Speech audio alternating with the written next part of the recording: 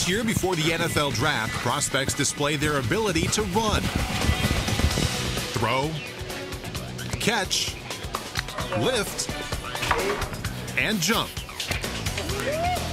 But coaches also want to find out one other piece of information. What are you thinking about? What were you thinking? You're not thinking like I'm thinking. Their desire to learn players' capacities for thinking made this man an NFL legend. The question is, who is this?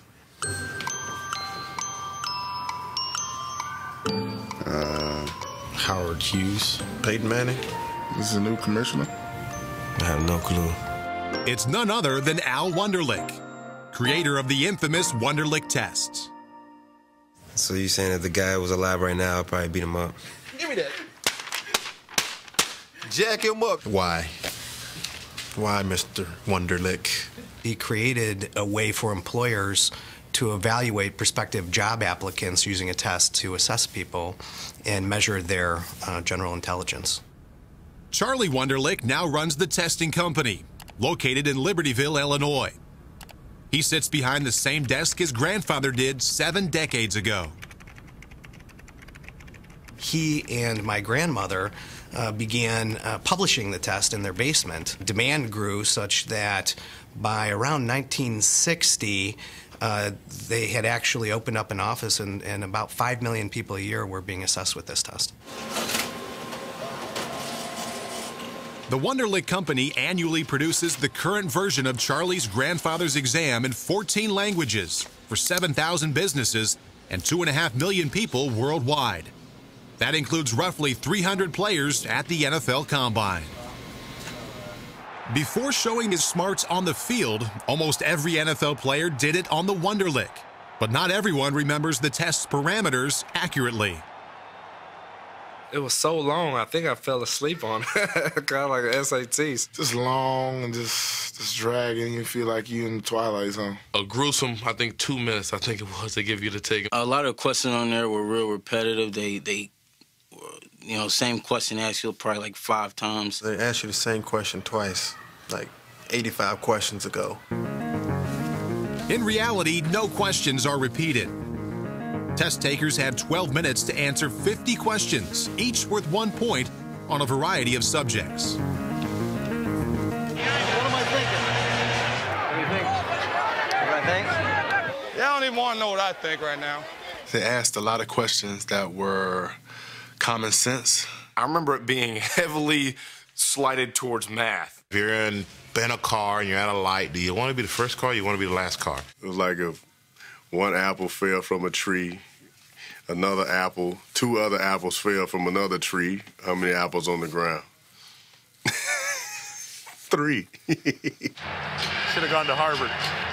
Try not to think too deep, you know what I mean? A chair parked for the test. Although the Wonderlic is now a staple of draft preparation for every team, coaches and personnel directors make it clear they do not consider it the be-all and end-all of player evaluation. I would sort of draw the analogy between that and a sledgehammer. You know, a sledgehammer is a tool, but it's not always the right tool. I've seen players with low scores be tremendous players. I've seen players with high scores not be able to function at all. You know, as what I think is an NFL football player, it's just another tool. It can send up a flag that you got to look into, but by no means is it an end-all to whether a guy can play football or not. We're going to write R on your right hand and L on your left. We're going to call that the Wonderlic Test for you. As for players, while many dismiss the test as completely irrelevant, some have begrudgingly come to accept that it may help teams find the types of players who can lead them to Super Bowls. You can learn if a guy can problem solve, and playing in the NFL, there's a lot of problem solving. You know, your coaches prepare you all week for, you know, maybe 5 looks, and you get up there, there's a 6th look you've never seen before. You got to make some quick decisions, and the Wonderlic is all about quick decisions. Former Bengals punter and wide receiver Pat McInally made all the right decisions. The Harvard grad scored the only confirmed perfect 50 in league history, and it may actually have cost him. I've heard that Pat's draft pick actually was dropped lower than it would have been had he not scored so well. Something close to 3 rounds he was dropped. And I think that reflects on not knowing what to do with a person that is so bright.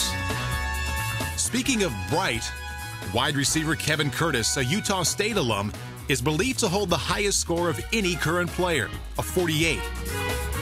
In 2005, quarterback Ryan Fitzpatrick from Harvard, who reportedly scored a 39, hit Curtis with a touchdown pass in overtime. Touchdown, game over. 56-yard touchdown. That Rams TD may have been the highest Wonderlic score connection in league history. It's a league history that was forever changed by the contributions of Al Wonderlic, which leads to one conclusion. He's the most hated guy, I'm sure, trying to get in the NFL for a lot of guys. Make that two conclusions. I consider Al Wonderlic an absolute NFL legend.